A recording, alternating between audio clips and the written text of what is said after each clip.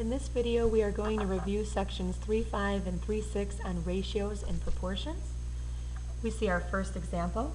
We're going to put parentheses around the quantities in the numerator of each ratio. Some really important vocabulary there. If that made no sense, then you want to make sure that you go back and review that quantities are groupings. So a quantity would be one grouping, I suppose. A ratio compares two things.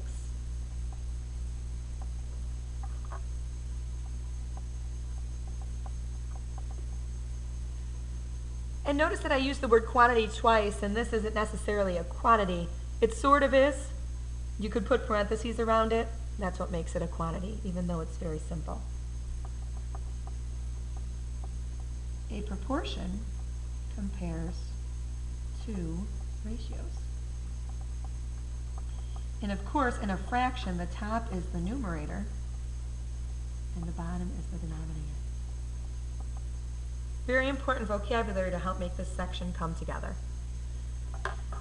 We're going to distribute properly using cross products.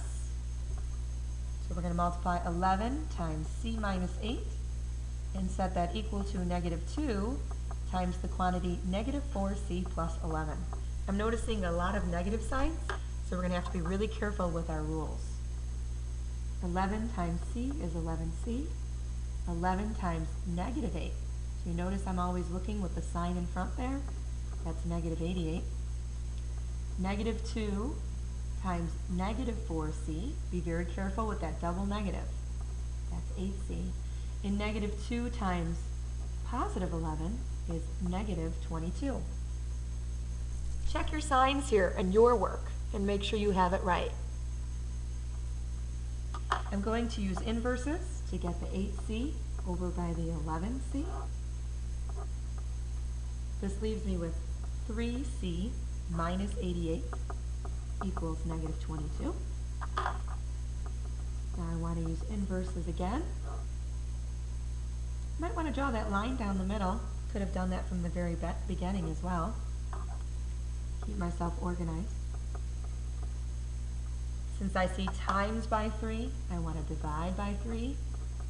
Again, the idea of proper inverses. And I get a final solution, c equals 22. If I wanted to check this work, I can plug it back in. C, which is 22, minus 8 over negative 2. I'm getting this from the initial problem. Equals negative 4 times c, which was 22, plus 11 over 11. Remember, when you check, you want to check the left-hand side and the right-hand side to see that it matches. You don't move things to other side like you do when you're solving. I can use my calculator to speed things up a bit. The numerator is 14. The denominator is negative 2. When I divide those, of course, that's negative 7. Negative 4 times 22, negative 88, plus 11 is negative 77 over 11. That means the same as divide by 11, negative 7 again. So I worked the left-hand side, I worked the right-hand side, and I'm checking to see that I get the same answer. And because I do, I'm pretty sure that my answer is right. Please don't forget your parentheses, distribute properly, and most importantly, know your sign rules. If you do that, you should be successful on the quiz and the test. Good luck on your quiz and test.